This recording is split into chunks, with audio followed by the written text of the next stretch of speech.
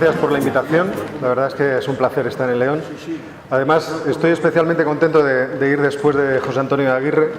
En cierto modo, la culpa de que yo me interesara la política monetaria y la teoría monetaria es de José Antonio, porque cuando yo era estudiante en quinto de carrera, en la Costa de Moyano me encontré el libro del poder de emitir dinero y me lo compré, me lo leí, y aquello me descubrió que la asignatura que yo tenía de teoría monetaria nos mostraba un mundo que parecía que estaba cerrado y organizado de forma natural. O sea, esto es así, la teoría monetaria tiene que ser así.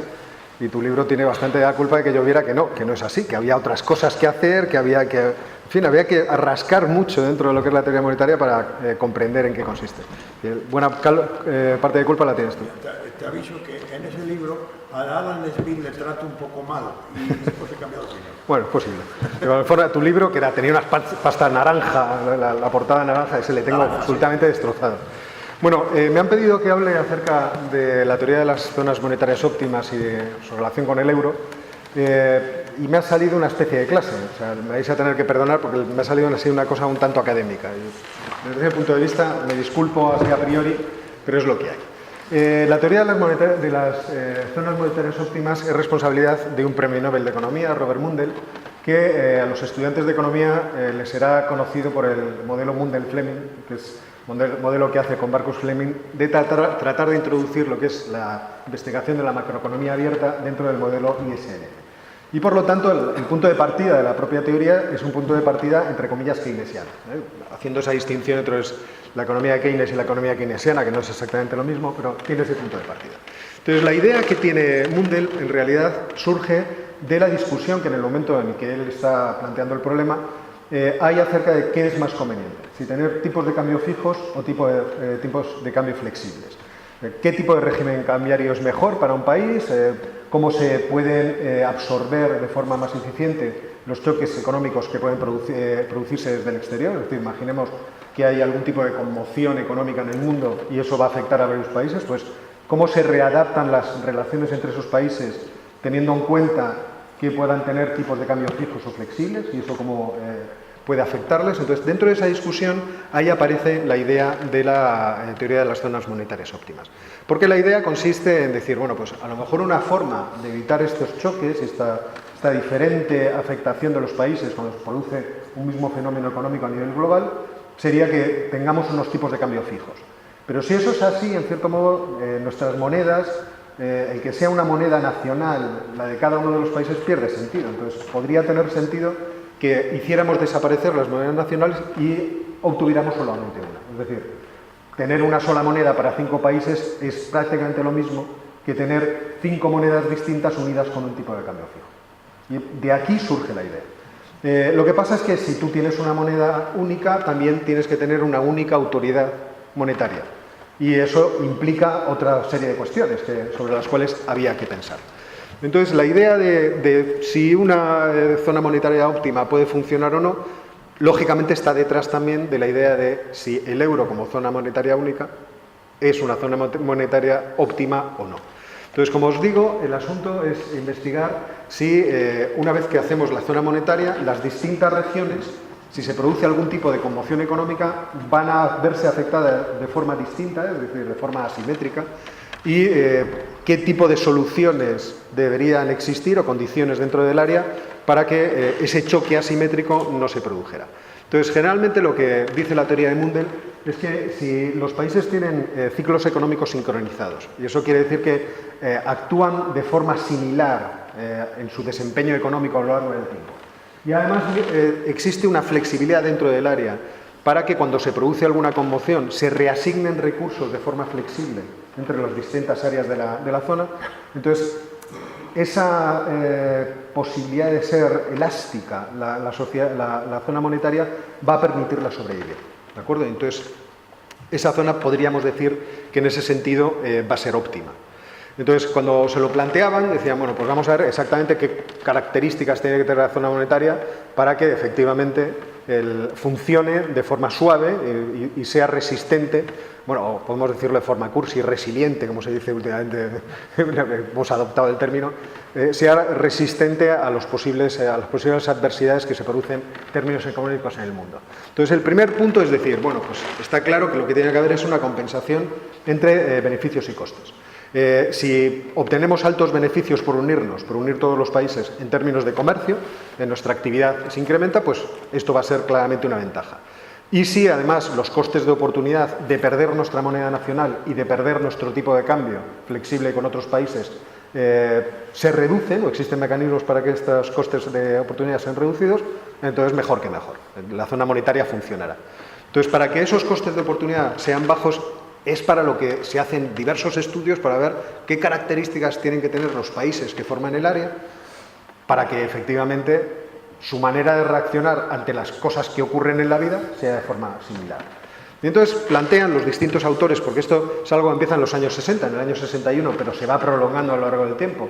Y diversos investigadores van añadiendo información y conocimiento a este tipo de características que tiene que tener la zona monetaria, pues generalmente se organizan en 4 tipos de características. La primera es la característica de asimetría.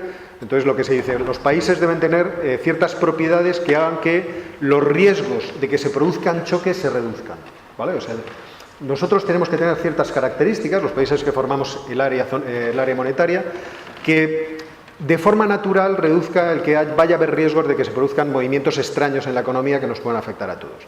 Entonces, en primer lugar, es importante que los países sean estructuralmente similares, es decir, que la forma de organizar estructuralmente la economía sea parecida.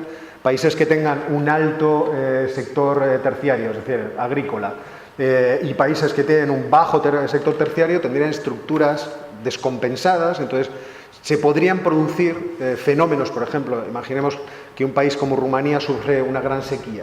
Pues esa gran sequía afectaría de forma asimétrica a la región, a toda la zona monetaria. Entonces, si los países son más o menos uniformes y se parecen, entonces este tipo de choque se reduce, este tipo de problemas se reduce.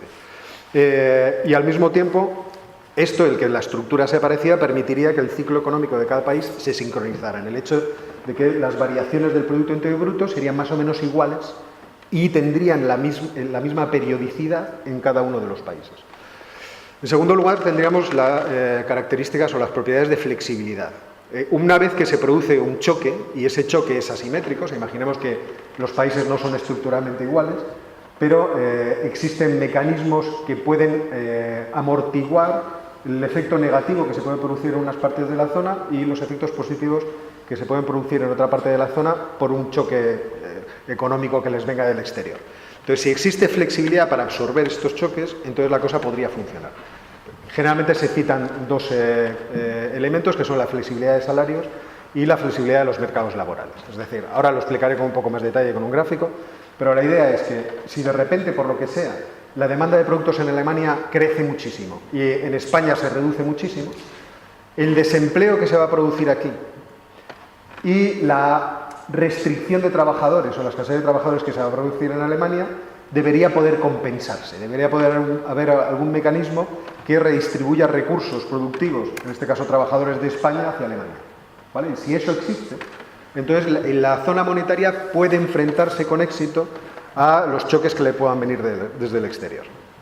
Otra es la integración, es decir, que los países no solamente tengan un grado de apertura comercial hacia el exterior importante, sino que el comercio entre ellos sea muy importante, porque así quedan vinculadas sus economías.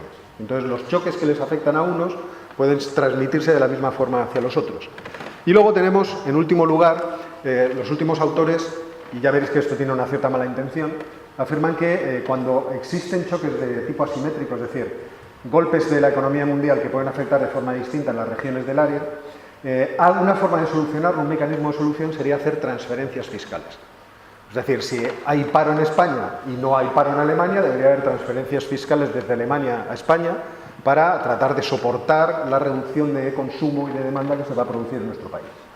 Entonces, si se cumplen estas propiedades en una combinación determinada, porque unas pueden compensar a otras, entonces la zona monetaria va a funcionar. Y si funciona, entonces efectivamente la teoría de las zonas monetarias óptimas habrá acertado y podríamos aplicar eso directamente al caso español. Entonces, la idea es la siguiente.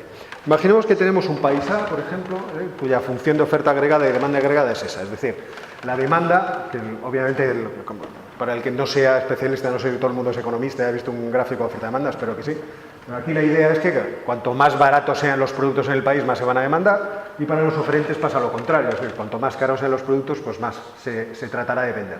Entonces, si en este país se produce un choque que viene del exterior que desplaza la función de oferta hacia la derecha, y en otro país, como os decía, por ejemplo en España, ocurre lo contrario, es decir, la demanda se desplaza hacia la izquierda, desde el punto de vista de la discusión de si tenemos que tener tipos de regímenes cambiarios de tipo de cambio fijo o de tipo de cambio flexible, se puede estudiar esta idea de cómo conformar una zona monetaria óptima. O sea, el punto de partida que toma Mundell es en realidad este. Imaginemos dos países que sufren un choque similar que les afecta de forma distinta, ¿vale? Entonces, ¿de qué forma se solucionaría mejor esa asimetría a la hora de haber recibido el golpe? ¿Con un tipo de cambio fijo o con un tipo de cambio flexible? Entonces, generalmente nosotros decimos que con un tipo de cambio flexible esto se suele solucionar muy bien. ¿Por qué? Porque, por ejemplo, voy a plantear los dos gráficos, que no me había dado cuenta que tenía una animación en los gráficos. En el gráfico del país A, si la demanda se desplaza hacia la derecha y tiene mucha relación comercial con el país B, cuya demanda se ha ido hacia la izquierda, si hay tipos de cambio flexibles, entonces nosotros trataríamos de sacar dinero para invertirlo en el país A, comprar los productos. Imaginemos que este es el efecto. El efecto es que de repente no nos gusta el jamón de jabugo y queremos comprar mucho codillo alemán hervido. Pues, imaginemos que esto pasara y entonces empezamos a trasladar demanda de nuestro país a Alemania. En el momento en que tratemos de comprar los productos alemanes, si el tipo de cambio es flexible, tendremos que comprar marcos alemanes y al demandarnos el valor del marco alemán subiría. ¿Eso qué haría? Haría que el precio de los codillos se encareciera. Y si se encarece, dejaríamos de comprarlos. Lo contrario pasaría para nosotros. Es decir, si ahora no se nos demandan productos, resulta que nadie demandaría la peseta. La peseta entonces se depreciaría en los mercados internacionales.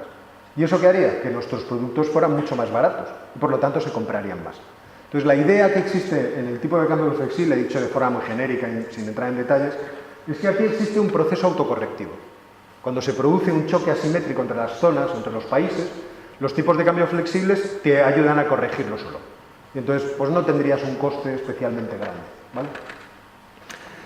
El problema está, obviamente, cuando no tenemos tipos de cambio flexibles, sino que tenemos tipo de cambio fijo. O sea, si pasa lo mismo y tengo un tipo de cambio fijo, el valor de unas monedas respecto de otras no va a cambiar. O sea, yo voy a estar demandando los codillos alemanes, pero por mucho que demande, el marco no se va a apreciar. Y entonces no se van a encarecer por esta demanda de marcos. Yo puedo seguir entonces haciendo esa demanda eternamente. ¿Veis?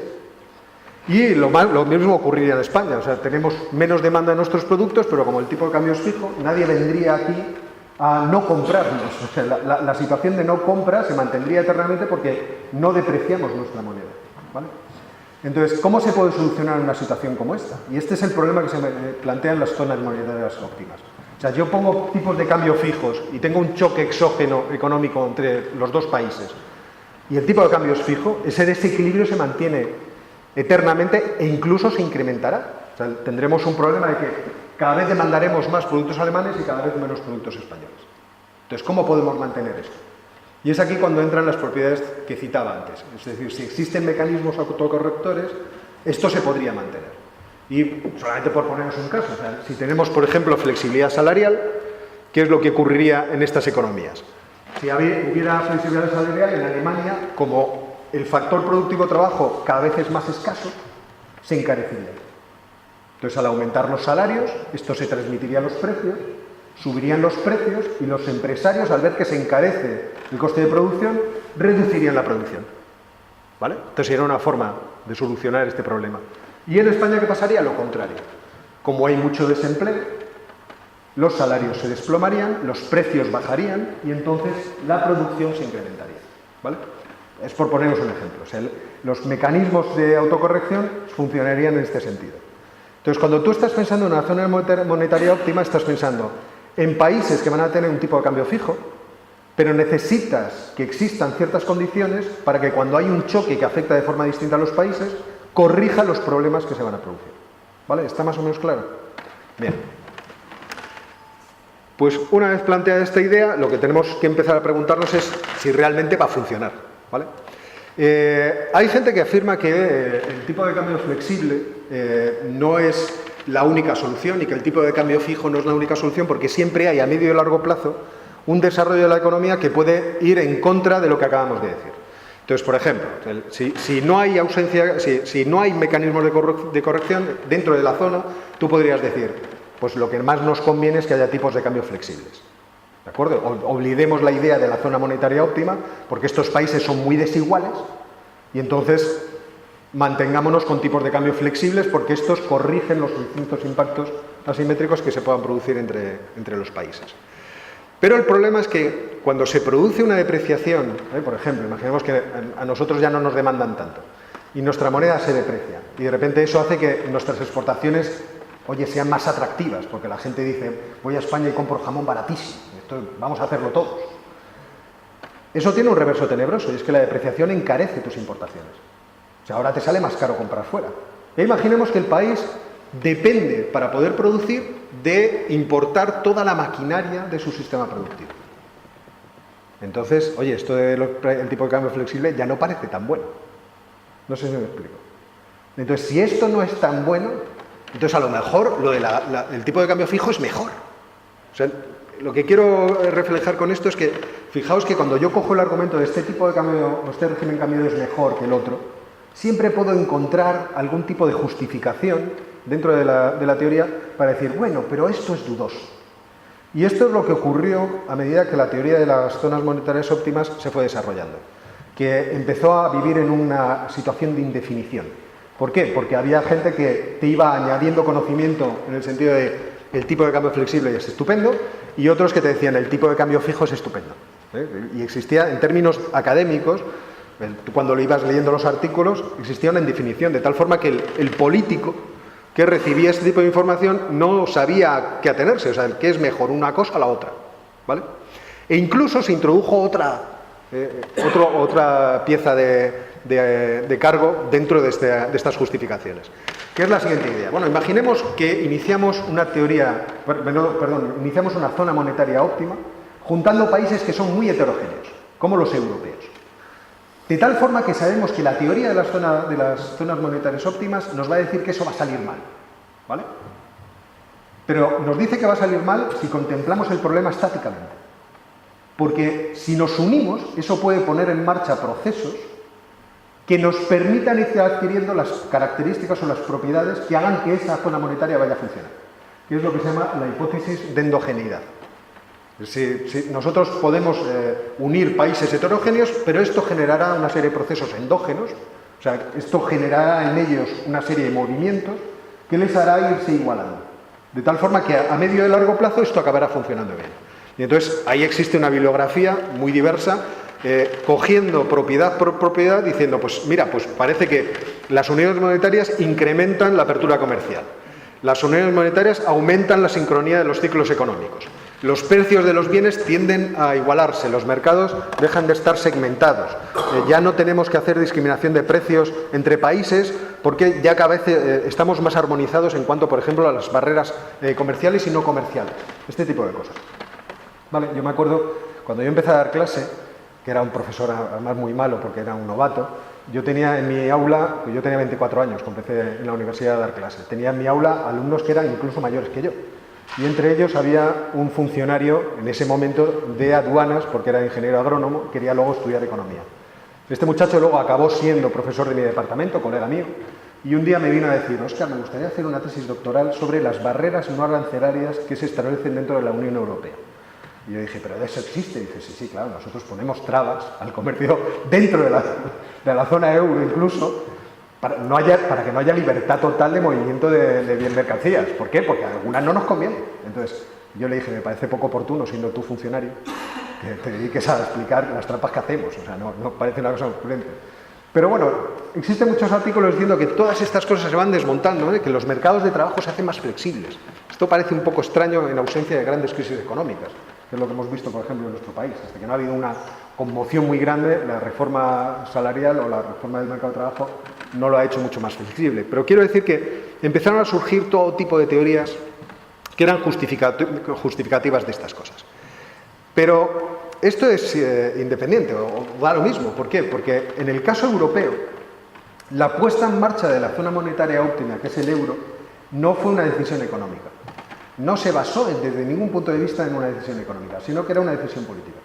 Es decir, sabéis que los criterios que se establecieron en Maastricht para decidir cómo íbamos a ser de homogéneos, o cómo de homogéneos debíamos ser, mejor dicho, para constituir la zona monetaria óptima, eran que la inflación estuviera por debajo del 1,5% entre los países que iban a formar la zona monetaria óptima, que el porcentaje de deuda respecto del PIB estuviera por debajo del 60%, que el déficit público estuviera por debajo del 3%, que los tipos a largo plazo estuvieran por debajo del 2% y que estuvieran metidos esos países dentro del sistema monetario europeo. Es decir, que hubieran aceptado tratar de fijar su tipo de cambio al tipo de cambio central que se había establecido, al del marco alemán principalmente, y lo movieran en unas bandas de fluctuación con unos determinados porcentajes, pero que se quedaran por ahí, ¿vale? Para tratar de que los tipos de cambio fueran fijos cuando se tomara la decisión.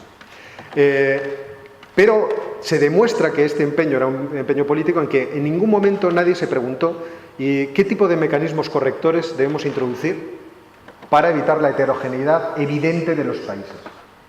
Y tampoco se puso ningún impedimento a la creatividad contable y de todo tipo que se realizó en los países, todas las trampas que nos hicimos al solitario para que los criterios aparentemente se cumplieran. Ahí os he puesto un artículo muy bonito en donde se explican precisamente esas trampas. Pues si alguno un día dice, bueno, pero esto es hipotético. No, o sea, está investigado, no es que sea hipotético. Hay gente que se ha bajado a decir, a ver, ¿cómo lo hicimos?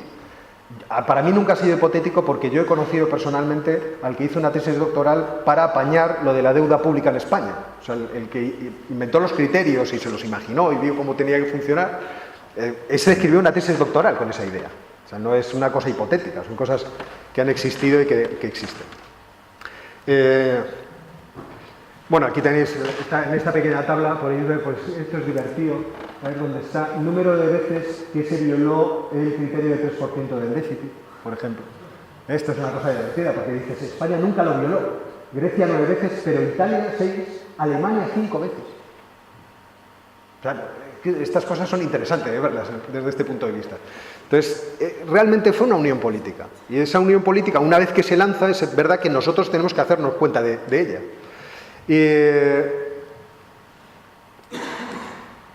Y ahora lo que me interesa es que veáis ya con datos y en qué tuvo éxito la zona monetaria óptima que constituye el euro y en qué no lo tuvo. ¿De acuerdo? En qué cosas podemos decir que la zona monetaria óptima logró producir este efecto de endogenización, de uniformización de las distintas economías y en qué no. Y después terminar viendo cómo incluso la zona monetaria óptima se puede ver como un factor de producción de las desigualdades o de las asimetrías que se producen entre los países. ¿Vale? Entonces, esta idea política, lógicamente, una vez que se establece el euro, iba a tener éxito en relación a la institución básica que la conforma, que es el Banco Central Europeo. Es decir, en el momento que decidimos vamos a hacer una unión monetaria, vamos a tener una sola moneda, nuestros países son completamente heterogéneos y por lo tanto sabemos que choques exógenos como una crisis financiera muy potente nos va a afectar de forma distinta. ¿Vale? Una vez que ya hemos dicho eso, vamos a establecer que va a haber una institución que va a controlar esa moneda, va a centralizar, lo que antes estaba comentando José Antonio, las reservas de todo el sistema financiero, va a encargarse de la política monetaria y va a tener como objetivo principal mantener la inflación en el 2%. ¿De acuerdo? Entonces, desde ese punto de vista, uno ya podía prever que en lo que iba a tener éxito el euro iba a ser en aquellas propiedades que tienen que ver con el mercado financiero.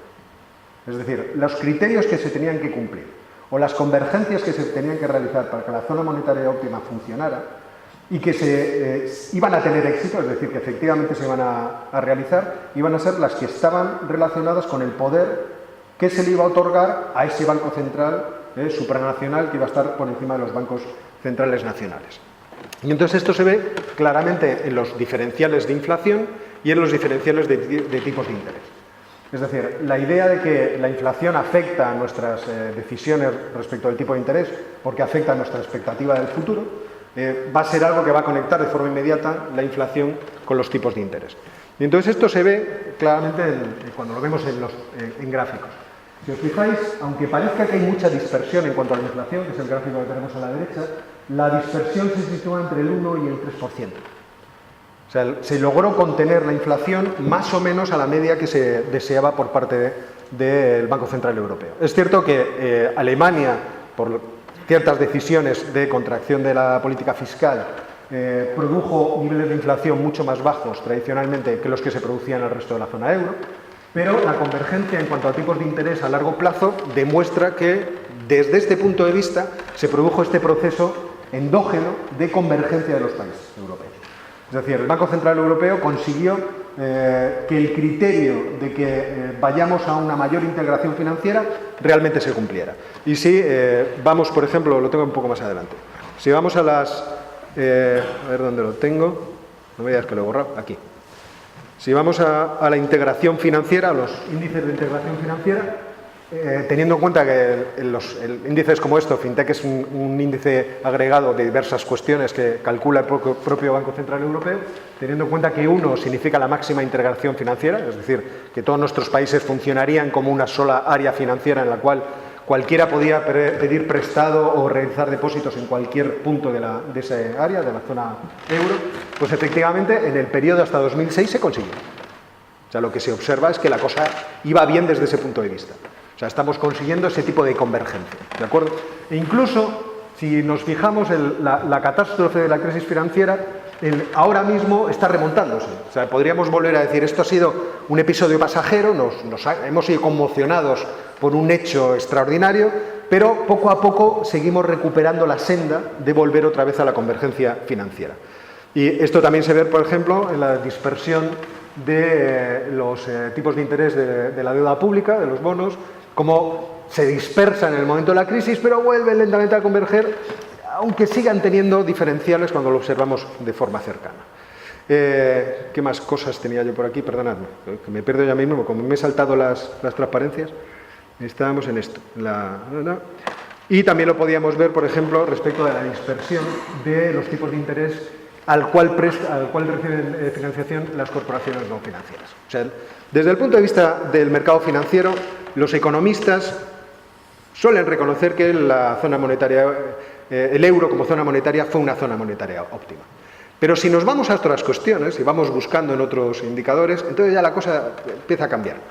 Si nos vamos, por ejemplo, a lo que es la deuda pública, el ratio de deuda pública respecto del Producto Interior Bruto, bueno, pues este es un gráfico que ya conocéis, aquí es el dato del primer cuatrimestre del año 2016, pues todos los países que están por encima del 100%, pero imaginaos todos los países que están por encima del 60%, es decir, a partir de Finlandia para la izquierda, todos los países tienen deuda respecto del PIB por encima del 60%. ¿Y cuál es la dinámica que está teniendo esta deuda pública? Pues aquí tenéis el mismo dato para el primer cuatrimestre de 2017, veis que las cosas en realidad no parecen cambiar de forma significativa. Y abajo tenéis cuál es la variación, si ha sido positiva o negativa, respecto del cuatrimestre anterior. Y vemos cómo países tan poco importantes como Francia, Italia y nosotros, España, sigue acumulando deuda a ese 100% o más del 100% de deuda respecto del PIB. Es decir, existen... Si nos vamos a otros criterios que no son puramente el que puede controlar el Banco Central Europeo a través del manejo de la cantidad de dinero en circulación y de la forma en la que organiza la regulación del sistema financiero, vemos que los criterios no es que no se cumplieran en el pasado, sino que vamos a peor. Y además esto nos provoca una gran fragilidad, porque sabemos que esa cantidad de deuda está en clara relación con el coste que tiene el financiarlo, es decir, con los tipos de interés. Si nos vamos a la prima de riesgo, en cuanto las primas de riesgo empiezan a repuntar, ayer lo decía Domingo, que parece no tener sentido o relación la prima de riesgo con los fundamentales, sí es cierto, pero sí tiene relación con la incertidumbre que sienten los inversores internacionales. Y esa incertidumbre puede surgir por diversas cosas, en fin, de lo más variadas. Aquí tenemos lo que le pasó a Portugal en 2016, cuando aparentemente no iban a poder pagar la deuda, estaba el nuevo gobierno de izquierdas, que luego, bueno, pues ha hecho un desarrollo de las cosas más o menos aceptable, pero en ese momento produjo una gran incertidumbre y produjo un repunte de la prima de riesgo que se puede comparar con el crecimiento de la prima de riesgo producido en España desde el verano a cuenta del proceso soberanista catalán, que tuvo su punto álgido el día 4 de octubre de este año. Entonces, estas cosas hacen que con el peso que tiene la deuda pública ahora mismo respecto del PIB, pues nuestras economías y nuestra zona monetaria estupenda, pues claramente corre riesgos. O sea, en el momento en que estas primas de riesgo vuelvan a repuntar, ese peso enorme que tiene la deuda sobre el PIB producirá movimientos o disfuncionalidades dentro de la zona euro que la pondrán en peligro. La diversificación de la producción de los productos es otro de los elementos que se supone que absorben el efecto de choques asimétricos que se producen en las zonas monetarias óptimas. En esto hay que reconocer que la zona euro ha ido convergiendo. ¿A qué me refiero con la diversificación? Pues con la forma, con la complejidad de los distintos tipos de productos y métodos productivos que están establecidos en cada uno de los países. Es decir, el núcleo de la zona euro, si excluimos a Grecia, es un grupo bastante homogéneo, de países modernos, desarrollados, en los cuales el sector servicios es muy importante y el sector productivo es moderno, es competitivo, puede exportar de forma fácil hacia el exterior, con lo cual este es un criterio que parece haberse cumplido, por lo menos efectivamente la endogeneidad ha actuado en este caso.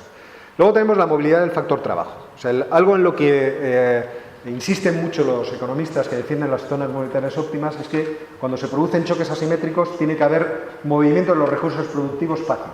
O sea, se tiene que poder redistribuir los factores productivos y la asignación de recursos de forma eficiente. Y para eso, por ejemplo, el trabajo tiene que poder moverse de forma libre y rápida a lo largo de la zona monetaria. Nosotros sabemos que esto tiene dificultades. ¿Por qué? Porque en primer lugar puede existir algún tipo de problema puramente cultural. Es decir, para que tú te vayas a trabajar a Finlandia, pues a lo mejor tienes que saber finés. Bueno, en realidad con inglés te basta, pero existen países a los que trasladarse sí tienen un coste cultural. Pero también tienen un coste vital desde el punto de vista de los sistemas de protección social que están establecidos. O sea, yo me puedo llevar mi subsidio de desempleo al otro país, me puedo llevar mi pensión al otro país, o el coste de la vivienda. ¿Cuánto me va a costar vivir en Londres? Porque esto no es ninguna broma. En Londres es una cosa que cuesta vivir. Entonces, todas estas cosas, ¿qué tipo de barreras establecen al movimiento de trabajadores?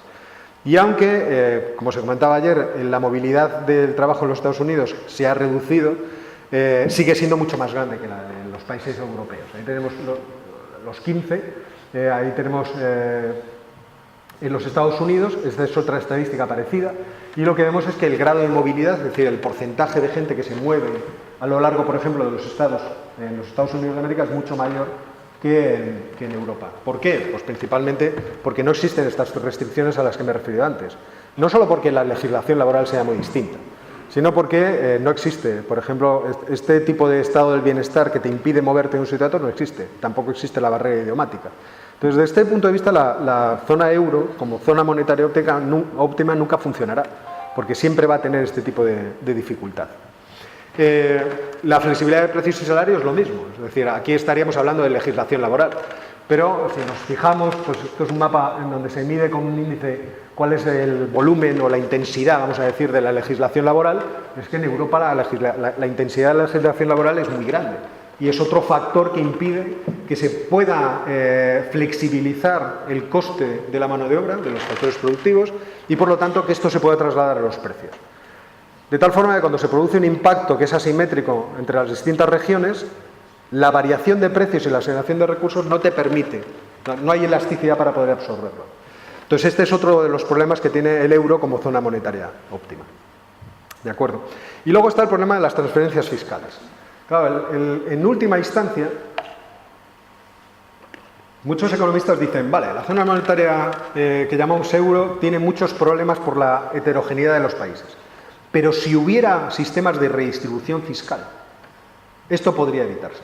Es decir, no haría falta que existiera una única institución que decidiera cómo debería ser la política fiscal a nivel europeo, pero debería haber algún tipo de acuerdo que pusiera en marcha mecanismos de redistribución fiscal de forma automática, que hiciera que los alemanes se les quitara más dinero para llevárselo a los griegos para que la cosa funcionara. Claro, el votante alemán parece no estar por la labor de estas cosas. O sea, le causa bastante escepticismo, por no decir que ya están hasta las narices de ello. Entonces, la única alternativa para que este tipo de criterio se cumpliera sería ir a una estructura de organización supranacional en la cual toda la política económica estuviera a nivel supranacional. Y esto es una de las razones por las cuales, cuando se habla de cómo convertir al euro en una zona efectivamente monetaria óptima, existe por detrás la intención política de empujar a toda Europa a ser una sola nación. Lo que pasa es que, claro, si la zona monetaria, si lo que es el euro, la zona euro, ya tiene en sí misma algún tipo de dinámica que provoca la dispersión y la heterogeneidad de los diversos países, esa unión política va a ser imposible. ¿Por qué? Porque la gente verá en su propia piel qué es lo que está pasando, cómo le afecta esa heterogeneidad, es decir, cómo le afecta el que la zona no es óptima, que produce costes hacia los individuos, y cada vez irán surgiendo más movimientos populistas de diverso tipo, más movimientos nacionalistas de diverso tipo que se opondrán a ese tipo de estructura superferolítica y supranacional que se está demandando por parte de los que les gustaría que la zona euro fuera una zona monetaria óptima. Aquí tenéis, por ejemplo, la diferencia que existe entre la redistribución fiscal en los Estados Unidos de América y en la zona euro. Es decir, incluso en los Estados Unidos de América existe redistribución fiscal entre los estados, precisamente para hacer frente a este tipo de impactos asimétricos que se puedan producir, cosa que no existe en Europa. En cuanto a la apertura comercial, la verdad es que eso nos ha salido bastante bien, es decir, solamente voy a poner un caso para que veáis el caso de España. Ahí cuando la gente me dice, deberíamos salir del euro, esto es algo que los alumnos siempre te suelen decir, deberíamos abandonar la zona el euro y Europa y independizarnos y todas estas cosas. Entonces uno tiene que enseñarle gráficos como este. Vamos a ver, hijo mío, ¿a dónde vendemos nosotros nuestros productos y dónde los compramos? Pues creo que no hace falta hacer mucho, ¿no? Este es el 100% de lo que exportamos y lo morado pues lo exportamos a la zona euro. ¿Y de dónde compramos? Pues en fin, no voy a explicar nada más, ¿vale? O sea, decir que nos podemos salir, no, en este sentido la forma de convergencia de los países europeos ha sido bastante eficiente, es decir, en este club hemos logrado incrementar nuestra actividad y unirnos, atarnos entre nosotros de forma muy elevada. Y este es el problema que está planteando el Brexit. O sea, las posibilidades de salidas del Brexit ahora mismo están afectadas porque Alemania y el Reino Unido están cogidos de allí, en términos comerciales. Es decir, la mayor parte de lo que se exportan, de lo que exportan cada uno de los países, se lo exportan entre sí. Entonces, romper eso tiene una gran dificultad. Entonces, tendrán que buscar algún tipo de solución que esté más o menos a medio camino, que sea satisfactoria más o menos para todos, en el sentido de que los británicos no tengan que cumplir con las legislaciones europeas de forma total, pero al mismo tiempo colaboren de alguna forma con la Unión Europea y su presupuesto. O sea, alguna de estas soluciones ya veremos qué es la que se producirá. Que a mí lo que me parecería una locura es que hubiera una ruptura total y se fueran a las condiciones de la Organización Mundial del Comercio. Bien. Más cosas. La sincronización de los ciclos. Y aquí voy a empezar a ir por la vía que antes comentaba, de decir, realmente la zona monetaria, una vez establecida, es un elemento que permite la convergencia de los países o introduce en sí misma procesos y dinámicas que tiende a su heterogeneidad, ¿vale? Porque esto es una cosa que es, yo creo que lo que puede explicar hacia futuro que puede pasar con el euro. Aunque yo obviamente no tengo la respuesta, pero para que veáis las dudas que yo tengo y a lo mejor así lo vemos. A la izquierda tenéis una medida de sincronía de los ciclos económicos realizada por esos señores, un artículo también bastante interesante donde utilizan Richmetrics, que es una forma de medición de la variación de ¿cómo decirlo?, de la estimación de la varianza de las correlaciones que se producen entre variables y que se ha utilizado mucho para arruinar a gente en inversiones bursátiles, pero que para el análisis económico tiene cierto sentido. Entonces, a la izquierda tenéis el ciclo de los países que podríamos decir son más potentes y a la derecha el de los pobres europeos, es decir, generalmente la división entre países del norte y países del sur, para que nos entendamos. Entonces, si os fijáis, a partir de 1995 los ciclos de los países más potentes en la zona euro están sincronizados, o sea, van bastante sincronizados.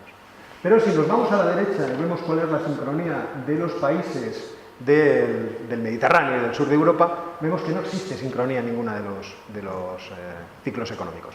¿Eso qué quiere decir? Que cuando pasa algo por el mundo, esas cosas nos afectan de forma asimétrica, obligatoriamente asimétrica, ¿de acuerdo?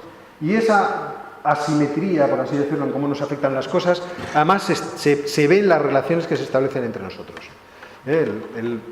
Iba a plantear esto, pero vamos a plantearlo desde ese punto de vista. Por ejemplo, aquí tenéis cuál fue el movimiento del gasto público en los países de la zona euro a partir del año 1999, tomando ese año como punto de referencia, y ver cómo evoluciona ese gasto público en tasas de variación respecto de unos respecto de otros.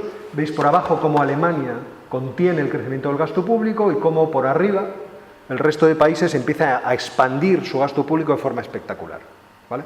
Obviamente esto está en relación con la bajada de tipos de interés del año 2001-2002, de la bajada del 3,75% de los tipos de interés de referencia del Banco Central Europeo al 1%, y el crecimiento del crédito, tanto público como privado, que se produjo en las economías, ¿vale?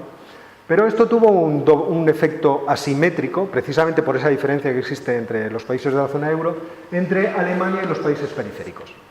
Alemania comenzó a exportar muchísimo a esos países, a nosotros, y nosotros empezamos a comprar muchísimo. ¿Y por qué podíamos comprarlo? Porque lográbamos financiar todas esas compras con dinero que venía del exterior, ¿vale? Entonces, fijaos cómo nuestro déficit de la balanza de cuenta corriente es simétrico, en cierto modo, con el superávit alemán. Y cómo cuando se produce la crisis, es decir, cuando nosotros ya dejamos de poder comprar, se reducen nuestras importaciones, empezamos a reducir nuestro déficit, y eso afecta en principio a los alemanes, hasta que encuentran otros mercados y vuelven a remontar. ¿De acuerdo? ¿Y cómo se financiaban? Pues se financiaban con movimientos de capital, con flujos de capital, que salían principalmente de los países alemanes y de Alemania y llegaban o se quedaban dentro de Europa.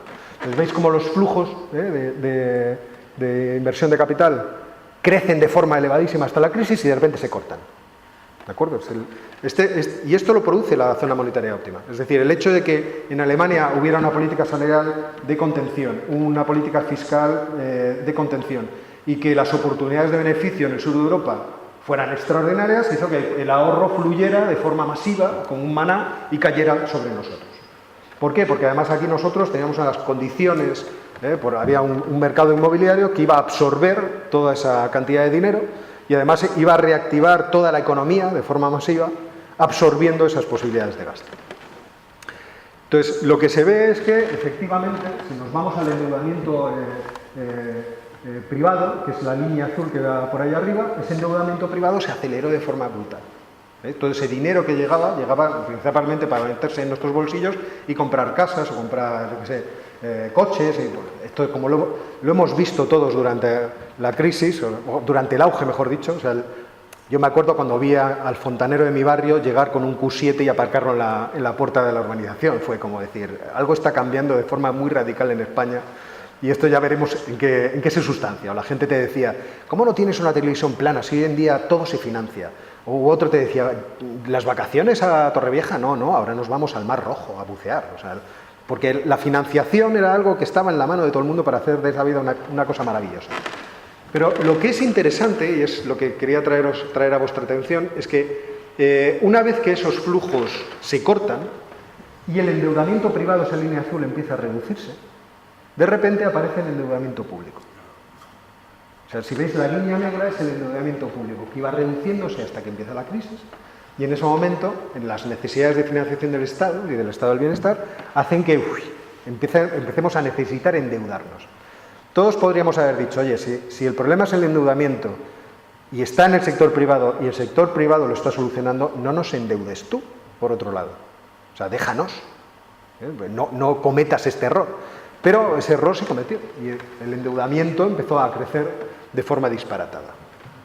Y ese endeudamiento, ¿cómo se produce o o qué efectos produce, mejor dicho?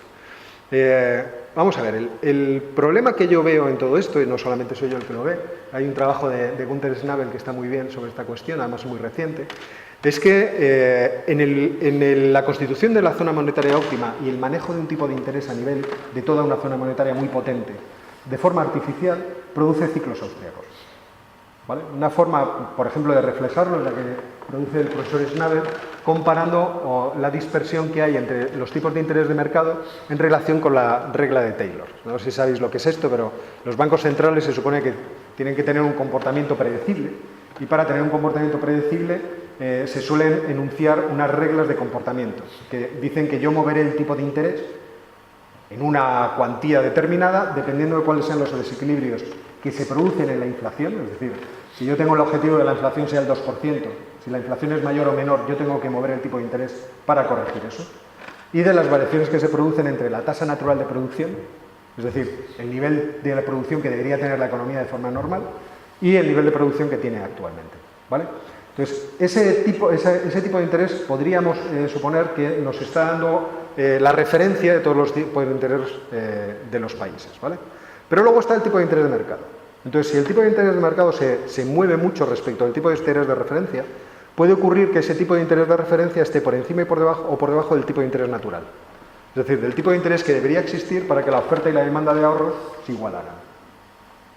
Si de repente yo estoy ofreciendo un tipo de interés por debajo del natural, voy a producir una burbuja especulativa, un auge económico del tipo austríaco, es decir, malas inversiones. O sea, si pongo el tipo de interés muy por debajo del tipo de interés natural, la gente va a decir, yo creía que la rentabilidad estaba aquí, de los negocios, el tipo de interés estaba más o menos aquí, pues por más o menos yo veo lo que puedo ganar, pero si tú me bajas el tipo de interés aquí abajo, de repente lo que yo puedo ganar es enorme. Entonces, voy a tratar de buscar todo tipo de negocios, de actividades, donde meter mi dinero para aprovechar esa oportunidad, ¿vale? Y esto es lo que aparentemente puede producir, vamos, lo que a mí me parece evidente que puede producir una zona monetaria como el euro. Es decir, bajadas de tipos de interés que son para todos realmente brutales, muy importantes, pueden producir que la oportunidad de iniciar un ciclo económico en una parte de la zona sea mayor que en otra. De tal forma que cuando aquí empieza, en el sur, por ejemplo, empieza la actividad económica, los otros no van a ver más oportunidad que la de financiar. ¿Vale? Ellos no tienen una situación de auge, pero están viendo que al lado sí se está produciendo. Entonces hay una redistribución masiva de recursos de un sitio para otro. Lo malo es que eso produce un crecimiento económico absolutamente frágil e inestable. Y cuando se cae, cuando se derrumba y toda la deuda se manifiesta, surge el problema del estado del bienestar. Nosotros tenemos una cantidad de gasto que vamos a meter desde el Estado que no solamente se mantiene, incluso puede crecer. Por ejemplo, en términos de subsidios del desempleo. Y entonces ahora tenemos que producir otra redistribución de recursos de los países que son sólidos, que tienen finanzas sólidas, otra vez a estos países que están en mala situación. Y esto es precisamente lo que podemos observar en las mediciones de Target. Target 2 es el sistema por el cual registramos las transacciones que se producen entre los bancos centrales, ¿vale? Las transferencias que se producen de recursos. Entonces, lo que está pasando ahora es que los bancos centrales de los países del sur logran vender su deuda pública al Banco Central Europeo y por lo tanto se vuelven deudores del Banco Central Europeo, pero el Banco Central Europeo a quien le está vendiendo en realidad esos activos es al Bundesbank. De tal forma que el Bundesbank se convierte en un acreedor del Banco Central Europeo y el Banco Central Europeo en un acreedor nuestro. Entonces eso es lo que se ve ahí, es decir, cómo la posición financiera de Alemania está creciendo y los países del norte, como Holanda, los que tienen ahorros, se están volviendo acreedores de todo el sur, pero además en una tasa realmente enorme. Es decir, a mí me da la sensación de que esta zona monetaria óptima que nosotros hemos conformado el euro tiene en sí misma una serie de mecanismos que producen la heterogeneidad entre los países. Es decir, que los hacen parecidos en ciertas partes, pero los van alejando en otras. Y en otras que son especialmente importantes, en concreto en esta del endeudamiento. Y desde ese punto de vista, a mí me parece que el mantenimiento del euro es problemático hacia el futuro. O sea, esto nos cuestiona. A mí me encanta que haya una sola moneda. Y de hecho entiendo que la reducción de costes de transacción y esto se demuestra en el volumen de comercio, en el incremento del volumen de comercio, son cosas muy ventajosas. Pero existen razones objetivas que ponen en duda el progreso o el mantenimiento de esa zona monetaria óptima. Y principalmente están en relación con esto, es decir, con el hecho de que el euro es una decisión política, que nunca se tomó la molestia de ver cuáles eran las condiciones económicas reales en las cuales debía instalarse y cómo deberíamos generar mecanismos para poder corregirla, que ha producido una situación que objetivamente está llevando a gran parte de la opinión pública a ser euroescéptica y a combatir la propia idea de la Unión Europea, que sería la única forma de solucionar el problema del euro como zona monetaria óptima, es decir, que tuviéramos una unidad política y la política fiscal y monetaria estuviera organizada a nivel supranacional. Y además existen hacia futuro problemas como el demográfico que van a poner en mayor riesgo las cuentas públicas, es decir, que va a hacer que el problema de la deuda pública no se resuelva tan fácilmente a corto plazo. Entonces, desde ese punto de vista, me parece que estas tensiones que se van a ir acumulando hacen que no solamente la zona euro no sea una zona monetaria óptima, sino que a mí me da la sensación de que va a ir profundizando en ser subóptima cada vez más. Va a ser una zona monetaria subóptima de forma creciente. Y bueno, este ha sido el rollo que quería contaros hoy. Espero no haberos dormido. Y estoy a la espera de vuestras preguntas si tenéis. Gracias.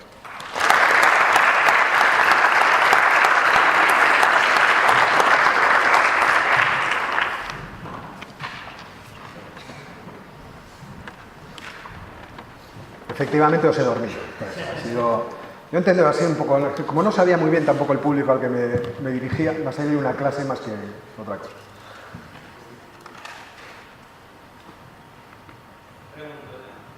Espera, porque no sé si querrán para la grabación.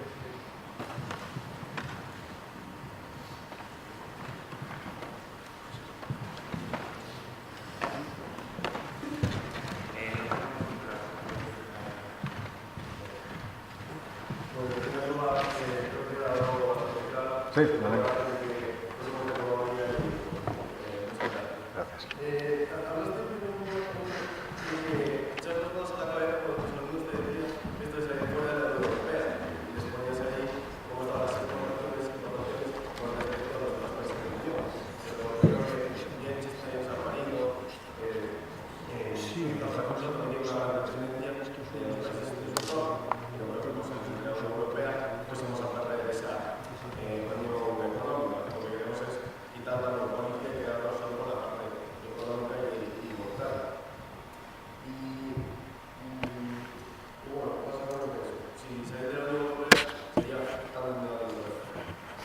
Vamos a ver, cuando mis alumnos dicen salir de la Unión Europea, lo quieren decir en un sentido que no es el mismo en el que lo dirías tú. O sea, esto también hay que advertirlo. O sea, muchos de mis alumnos les encantaría incluso que hubiera una autarquía, o sea, que cerráramos las fronteras y que no hubiera relación de ningún tipo con el exterior. E incluso algún alumno me ha argumentado esto diciendo que como las empresas muy grandes están gestionadas por administrativos en última instancia, que total podríamos poner funcionarios y esto funcionaría exactamente igual de bien. O sea, quiero decir, esa es la deriva, que en términos ideológicos no voy a calificar, pero que tienen algunos de mis alumnos. Entonces, en ese sentido, ellos conciben esa separación de la Unión Europea como ruptura total de relaciones. O sea, yo voy a romper totalmente las relaciones. Y claro, yo entiendo que un chico joven pues no le preocupe mucho las condiciones materiales, porque aparentemente supongo que sus padres le tendrán más o menos organizado todo eso. Entonces, desde un punto de vista un poco más realista, hay que hacerles el llamado al realismo de decirle, esto no lo puedes hacer porque nuestras relaciones comerciales son muy importantes y la cantidad de gente que depende de su bienestar en esas relaciones comerciales es muy importante. No hay que desmerecer nunca la importancia de esa unión política para los negocios. ¿En qué sentido? En el sentido de que las desconfianzas que existen entre los europeos son muy grandes. El ejemplo que antes os ponía de existencia de barreras no arancelarias entre nosotros ya demuestra que esas desconfianzas existen. Y el libre comercio se ve muy afectado por ellas. Entonces, cuanto más podamos disolver y diluir esas resistencias que se producen al libre comercio, mejor. Y no hemos encontrado mejor forma en Europa que a través de la unión política. Unión política que en fin, tiende, y en esto yo creo que quizá estemos muchos de acuerdo, tiende a ser demasiado aplastante, ¿no? La burocratización de ese aparato político tiende a ser muy grande. Pero las desconfianzas siguen existiendo. O sea, te pongo, por ejemplo, una pequeña anécdota. Yo tengo un compañero que ahora mismo está en el Ecofin. Y él lo que me comenta es que durante el mandato de Zapatero, la presencia de economistas españoles dentro del Ecofin se redujo mucho. Y eso fue un error. ¿Por qué fue un error? Porque los economistas que están allí generalmente tiran para su casa. Y esto puede parecernos sorprendente, pero es realidad. Entonces, ir allí e invadir un pequeño espacio burocrático al final tiene importancia, porque si no lo ocupa otro. Y esta suele ser la tendencia normal de este tipo de instituciones burocráticas, y por la cual tienden a crecer. Entonces, yo no sé muy bien cómo corregir el problema de conestar o hacer compatible el hecho de que con la unión política hemos disuelto gran parte de las barreras que nos permitían realizar intercambios libres con otras partes de Europa, con el hecho de que al mismo tiempo esa Unión Europea va creando un monstruo burocrático por ahí arriba que tiene casi vida propia y que además pudimos contemplar, vosotros sois muy jóvenes, por los que tenemos más edad, cuando se votó la Constitución Europea. Cuando se hizo verdaderamente el intento de vamos a ser una unión política, la Constitución Europea, yo la tengo en casa, es un librito de 300 páginas. O sea, tú imagínate qué cosas tiene que determinar una Constitución, que tenga que tener 300 páginas para hacerlo. O sea, se mete en administrar cantidad de cosas que no es necesario. O sea, se podría haber hecho una Constitución más ligera, que no hiciera falta un gran aparato burocrático para hacer la realidad, por así decirlo, pero se optó por la otra vía. Es lo que hizo que muchos países, sorprendentemente Francia votó en contra. A mí me extrañó, porque es una cosa que es muy francesa, ¿no? Igual que el espacio único europeo. Entonces, entiende desde qué punto de vista lo he dicho, ¿vale? O sea, que es en este en concreto.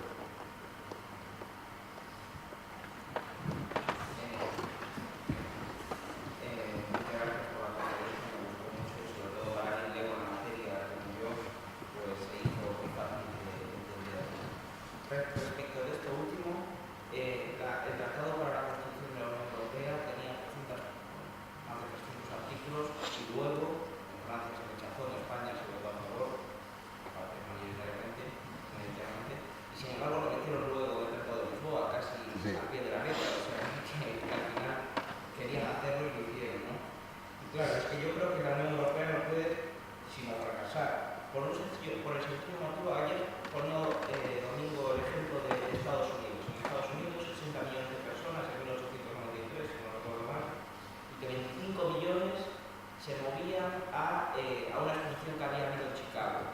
Claro, y es fácil eso porque comparten una lengua. Ya, por el sencillo motivo, si en España, aunque quieran moverse un millón de españoles a Francia a una exposición, es imposible porque no la van a entender. Entonces, por ese lado cultural, sobre todo por el idioma, porque ahora hay 27 estados, 28, mientras la calendario no se vaya, pero es que hay más de 20 lenguas, y como un español, y sobre todo yo creo que esto no afecta a la persona de 20 años o de 25 que termina la carrera con un nivel de formación medio alto y puede moverse porque sabe inglés. Esto afecta en una población que está terriblemente envejecida al obrero que de 50 años que queda sin trabajo. Entonces esa movilidad, por mucho que se flexibilicen los salarios, yo la veo muy difícil. Y bueno, ya sobrino ya. Pero yo tampoco lo veo malo esta diferencia, porque yo recuerdo el libro este de Stuart Mill sobre la libertad, y él lo veía bien, decía, pues es bueno que existan estas diferencias, porque al final vamos a competir entre unos y otros, o sea, que tampoco está mal, que no se está bien, o sea, que no ir a esa acción política, encima lo que ha dicho. Vamos a ver, yo entiendo que a medio plazo eso puede ser cierto, lo que es la barrera idiomática es claramente un impedimento, pero en fin, yo os veo a los que sois más jóvenes cada vez menos atados a ese problema. O sea, existe cada vez un mayor conocimiento de inglés, existen muchas iniciativas que no funcionan mal, educativas, incluso a nivel público, de hacer colegios bilingües. Yo creo que eso es algo que iremos venciendo, si no nos da por ser demasiado nacionalistas en ese sentido. O sea, la existencia de lenguas francas es algo que es muy necesario para el libre mercado, para no solamente la transmisión de experiencias, sino para llegar a acuerdos, para hacer negocios. Y yo creo que en Europa, en lo que son las nuevas generaciones, pues existe un alto grado de conocimiento de la lengua. Eso decía Anthony Burgess, el novelista, que lo normal sería que en Europa se recuperara el latín como lengua franca, pero que con la dificultad que tenía el latín, mejor sería que se adoptara la lengua latina más desarrollada que era el castellano. Siempre me cayó simpático Anthony Burgess por esta afirmación. Entonces, yo no me parece que sea tanta dificultad en ese sentido. O sea, Erasmus ha hecho un gran bien a la unión de los chicos viajan, conocen otras culturas, ven que los demás no son tan distintos a él. En ese sentido podríamos ir avanzando en una cierta mayor coordinación, es decir, conocimiento unos de los otros. Yo creo que el mayor problema va a ser que hacia el futuro vamos a encontrarnos con problemas derivados de la magnitud del estado de bienestar, que van a recaer sobre todo, sobre vosotros sobre todo, es decir, el hecho de que cada vez vaya a haber más viejos y esa cantidad de viejos en la cual voy a estar yo dure un cierto tiempo, pues va a producir una gran dificultad a la gente joven. Entonces, la forma de solucionar ese problema en un sistema en el cual las pensiones se organizan a través del reparto, es decir, se le coge a los jóvenes y se les da a los viejos cada año, pues obviamente va a producir sobre vosotros una presión especial. Y ya veremos cómo se soluciona eso, es decir, cómo digerís vosotros los jóvenes esa situación. La solución que se suele dar, ya le vimos el otro día por parte del gobierno, porque se suele dar a partir de, o que viene de la izquierda más extrema, es que las pensiones se pagarán con impuestos, con lo cual eso reducirá vuestro nivel de vida. El nuestro también, porque tenemos la probabilidad de estar en situación de pobreza muy alta si miramos hacia el futuro. Pero producirá otros problemas, es decir, si no existe gente joven, la creatividad y la defensa se verán perjudicadas. Entonces, a mí me preocupan mucho más estas cosas que el propio hecho de la lengua. O sea, yo entiendo que ese no va a ser un problema excesivamente grande, en el sentido de que vosotros estáis cada vez más acostumbrados a estar interconectados con el resto de las personas. Entonces, los retos que tenemos ahora mismo hacia adelante es cómo vamos a definir el estado de bienestar, cómo lo vamos a pagar, de qué forma vamos a pasar el trago, el atraganto de todas esas personas del baby boom que tienen que ir muriéndose, porque afortunadamente se van a ir muriendo, o sea, yo me iré muriendo, que no quiero. Sí, yo siempre digo a mis hijos que yo voy a durar siempre, pero me miran con cara de escepticismo, no entiendo por qué. Y después el problema de los cambios culturales que eso va a implicar. O sea, quiero decir, cuando empieza a haber dificultades serias, los presupuestos públicos se vean muy tensionados y haya que sacar recursos de los jóvenes y todas estas cosas, entonces los populismos y los nacionalismos pues, se reactivarán a unas dimensiones que no nos imaginamos. Además, hay algo que todos tenemos en la cabeza, es que las poblaciones europeas irán siendo culturalmente cada vez más mezcladas. Y eso también producirá cambios. Es decir, las culturas europeas se tendrán que enfrentar a la adopción de culturas islámicas o africanas, y eso también producirá sus propios problemas. Entonces, tenemos un futuro realmente mucho más peligroso que el problema de si vamos a estar en la Unión Europea, ¿no? O sea, la Unión Europea nos causa problemas objetivos, sí, pero se nos está viniendo un tsunami y mucha gente está haciendo por no verlo. A lo mejor la solución sería irse de la Unión Europea, yo no lo sé, ahí no me voy a mojar, pero sí definir el estado del bienestar y cuánto dinero nos va a costar, esto sería imprescindible. O sea, ¿qué tiene que hacer el estado del bienestar? Porque nadie lo ha definido nunca. ¿Qué es el estado del bienestar? ¿Que me arreglen los juanetes? ¿Que me pinten las uñas? ¿Que me hagan un peinado? ¿O que...? No sé si me explico. O sea, al final uno puede extender el estado del bienestar a que provea todos los bienes imaginables, que es la idea de Spin Andersen. O sea, Spin Andersen, el economista danés que estudió más esto del estado del bienestar, desde un punto de vista muy izquierdista, decía: los estados del bienestar se caracterizan por el grado de desmercantilización en la provisión de bienes y servicios. O sea, eso quiere decir que el mejor estado del bienestar es el que desmercantiliza totalmente, planificación central. Entonces empezamos a tomar estas decisiones para ver cuánto coste va a caer sobre vuestras cabezas del futuro. Sí, nuestra situación va a ser peculiar, los países sufrirán mucho. Sí, gracias. Me ha gustado mucho la exposición y quería dos preguntas. La primera, como hay mucho escepticismo, yo diría, probablemente porque soy español, pero a mí el euro me parece una gran idea en los últimos 15 años, 20 para nosotros. Entonces, me gustaría saber qué opinas desde nuestro punto de vista, quizás ya digo un poco egoísta desde español, pero yo me imagino a los dos gobiernos españoles que ha habido durante esta crisis con la posibilidad de imprimir una moneda propia y, pues eso, Venezuela a lo mejor no estábamos tan lejos. O sea, yo, bueno, no tanto, no son tan irresponsables los dos gobiernos españoles, tampoco quiero caer en eso, pero yo he preferido que desde Alemania nos hayan atado el corto durante estos años a que nos hubieran dejado vía libre. De hecho, en la crisis de los 90 lo que hicieron fue una devaluación del 40% casi, y eso fue lo que, bueno, mientras que ahora hemos tenido que hacer algunas pequeñas reformas que han mejorado. Luego, la segunda pregunta es, con esto que decías de las áreas monetarias óptimas y la unificación de una política común, por así decirlo, fiscal o la necesidad de que hubiera a lo mejor un ente, hay como dos vías, o se han planteado dos vías, toda esta bueno, hay tres. La primera es la que se está construyendo, la que se está haciendo a través de estas normas así genéricas y tratar de controlar un poco bueno, pues esto de mandar las normas a Bruselas, que es la que se va a imponer. Pero luego ha habido dos propuestas de unificación absoluta, por así decirlo. Desde Alemania se ha llegado a insinuar de, bueno, nosotros estaríamos dispuestos a financiaros todo, pero si nos dais un control, si hubiéramos una especie de superministro de Economía de la Unión Europea, esto se ha hablado, se ha planteado mucho en los medios, pero bueno, y los alemanes decían, si nos dais ese control, veríamos a ver si estábamos dispuestos a financiar lo demás. Pero también desde la parte contraria, Varoufakis, el ministro griego de Economía, más o menos lo que planteaba era que Grecia se convirtiera en una colonia de Alemania. O sea, lo que decía es, no, si yo lo que quiero es que Alemania tome realmente el control de la Unión Europea, pero para que nos sigan financiando eternamente. Una especie de, nosotros lo que queremos es tener una irresponsabilidad absoluta en el gasto y como seríamos parte de ese Estado alemán, pues que nos financien de forma absoluta.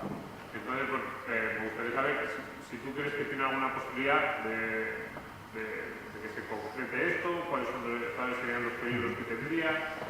Yo lo veo muy peligroso, porque creo que incluso aunque desde el día 1 se estableciera una especie de normas que todo el mundo dijera, bueno, nos vamos digamos, a seguir a lo que diga ese superministro de Economía, pero luego en realidad los incentivos políticos nacionales harían que todo eso se fuera deshaciendo. Vale, pregunta de examen, o sea, no está mal. Vamos a ver, a mí me parece que hacer historia contrafactual siempre es peligroso. Entonces, ¿qué hubiera pasado si no hubiéramos tenido el euro al principio de la crisis? Pues a lo mejor la crisis no hubiera sido tan intensa, porque yo mantengo la tesis de que el propio euro, quiero decir, el hacer una zona monetaria óptima incompleta ha sido una de las razones por las cuales ha habido esos flujos de capitales de unas zonas a otras, de unas regiones a otras de la zona euro tan brutales y que han alimentado el crecimiento del endeudamiento privado, por ejemplo en España, de forma tan brutal. Es cierto que aquí teníamos condiciones. Todos sabemos que un ciclo económico no se produce si no cuadran muchas cosas de forma simultánea. Y nosotros teníamos aquí el mercado inmobiliario puesto a huevo, es decir, la mayor parte de la población española estaba entre los 25 y 40 años, la forma en la que se gestiona los terrenos edificables a través de los poderes públicos también producía una escasez de ese recurso, o sea, y luego nos faltaba la alimentación, es decir, que alguien pusiera pasta a esos tipos de interés tan baratos para que la cosa explotara. Entonces, a lo mejor, si no hubiera habido zona monetaria óptima, es decir, si no hubiera habido euro, la cosa no hubiera sido tan brutal. Y entonces sí, te hubieras tenido que conformar con la devaluación y reconocer, señores, que somos pobres y ir a otras cosas. Y la industria a lo mejor no hubiera asignado tantos recursos a esto y lo hubiera asignado a otras cosas. Pero es que España también tiene condiciones propias que le hacen ser frágil, porque tenemos una población trabajadora que en términos de preparación está muy segmentada, está partida. Entonces, no solamente por los informes PISA, sino cuando ves cuál es el nivel de ocupación de las personas por nivel de educativo, ves que los que tienen un muy bajo nivel de educativo tienen tasas de ocupación bajísimas. Los que tienen niveles de aprendizaje de conocimiento mayor, pues están ocupados al 80%. Entonces, nuestro país tiene sus propias peculiaridades. Entonces, desde ese punto no sabría decir. Desde el punto de vista de a dónde va, a mí me parece muy claro que esto, la única solución que tiene, desde el punto de vista de su propia dinámica, no estoy recomendando nada, es la unión total. O sea, tú no puedes mantener la zona monetaria óptima sin tener la política fiscal en tu mano. Entonces, si no la tienes en tu mano, esto seguirá siendo disfuncional. Desde el punto de vista de la zona monetaria. Entonces, es lógico que Europa tiene que ir a una mayor integración política y eso supone elevar las decisiones cada vez más arriba, dentro de su propia dinámica, quiero decir. De hecho, el problema político, habrá que ver cómo evoluciona, seguramente Enrique podría decir mucho más que yo de esto, pero lo que hablábamos ayer del surgimiento de zonas urbanas o metropolitanas, que esas conurbaciones que van a tener cada vez más importancia, eso contrapesará el hecho de que la política en Europa debe tener una tendencia, por cómo está organizada, a irse cada vez más arriba, a un nivel más supranacional. Entonces, a mí no me cabe duda que tensionarán y empujarán en esa dirección. Porque además es la forma de diluir todos los problemas nacionalistas que están existiendo. Es decir, si nosotros concebimos Europa como una unión abandonamos un poco la idea sentimental de las naciones-estado y vamos a la colaboración entre regiones.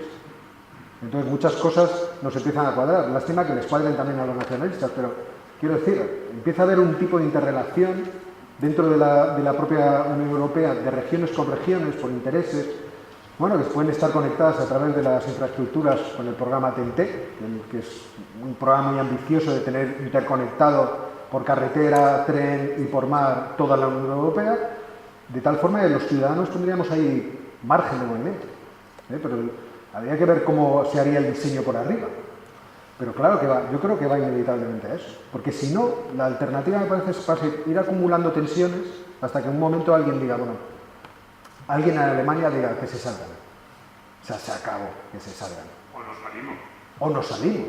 Yo creo que países que le interesen. Yo creo que el primer riesgo de quiebra de la eurozona es, primero es Holanda, y yo tuviera que apostar dinero, pero ayer dije que era muy mala razón, pero apostaría a Holanda y luego a Alemania. Pero mi primera apuesta sería Holanda.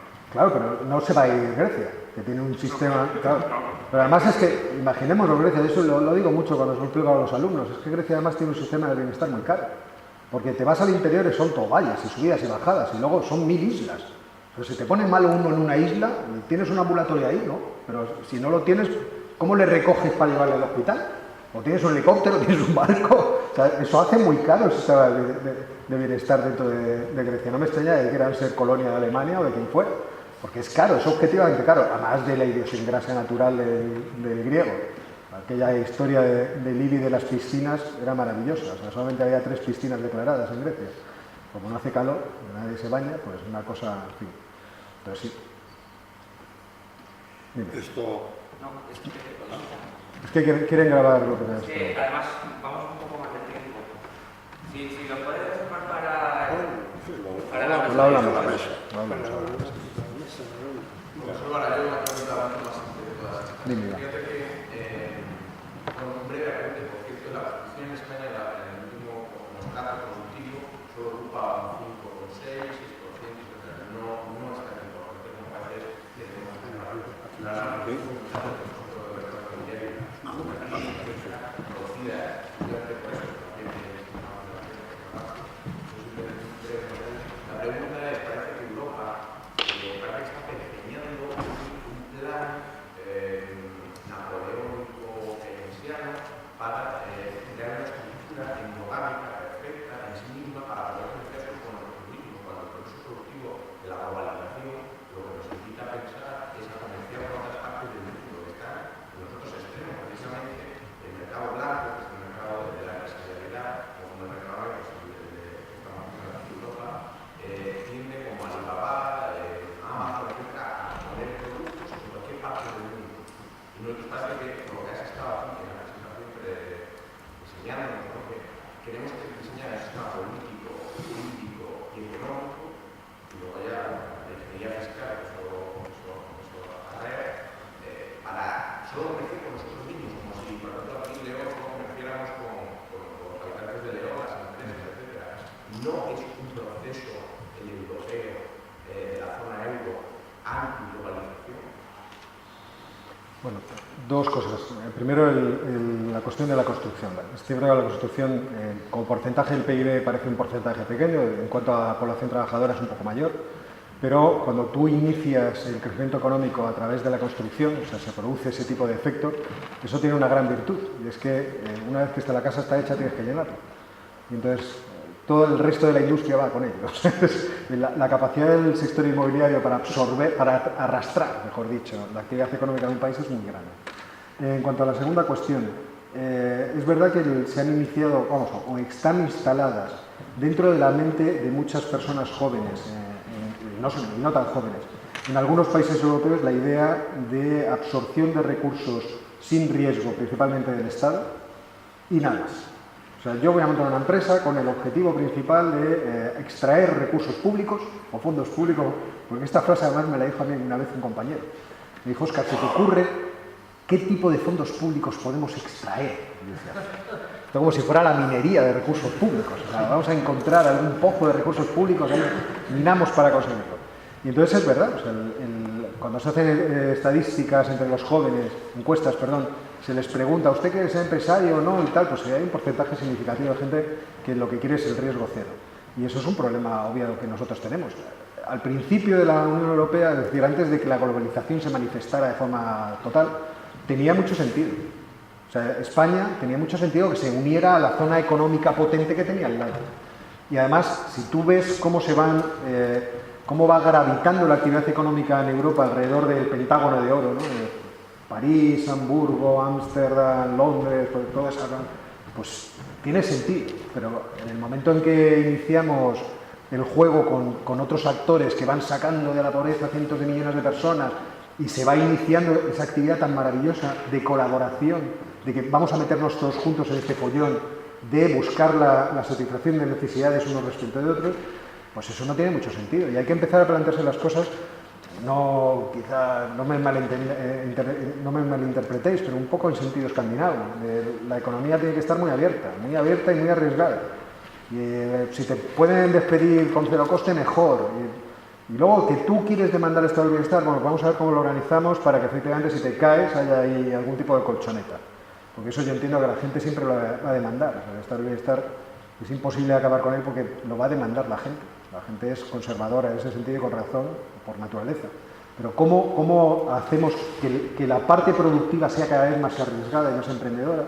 Esa es la cuestión. Y eso hay que poner, no sé.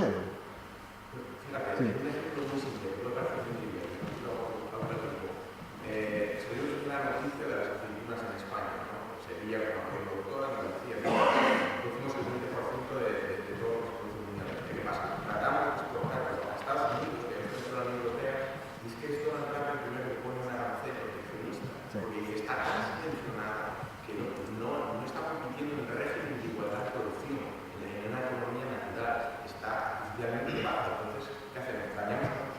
Pero este es el absurdo. Es curioso que un país comunista nos esté dando lecciones respecto a esto. Cuando China decide que hacemos un exento y que pase lo que quiera, se demostró la potencia que tiene la gente creando riqueza. Y eso sí, es algo imparable. Pues nada, acabamos ya. Antes de ir al descanso quería hacer dos comentarios y un anuncio. A ver, primero es que ya llegó la librería y tenemos una serie de libros de José Pérez Aguirre, de Juan Ramón Rayo y de Miguel de Juan que estará esta tarde.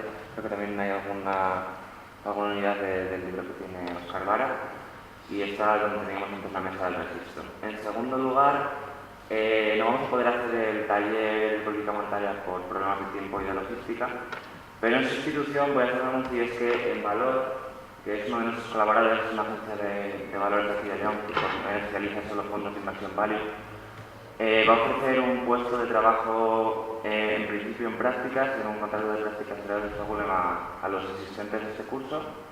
Para apuntarse a ese proceso de selección simplemente habría que enviarles un email que luego no está en el cartel, pero bueno, lo pondré en la pantalla. Y nada, o sea, os invito yo ahora mismo estoy trabajando con ellos, estoy encantado y sorprendidísimo. Y hay posibilidad de, pues, si queréis quedaros, de ampliarlo a un contrato indefinido. Con lo cual, pues, es una oportunidad que deberíais aprovechar.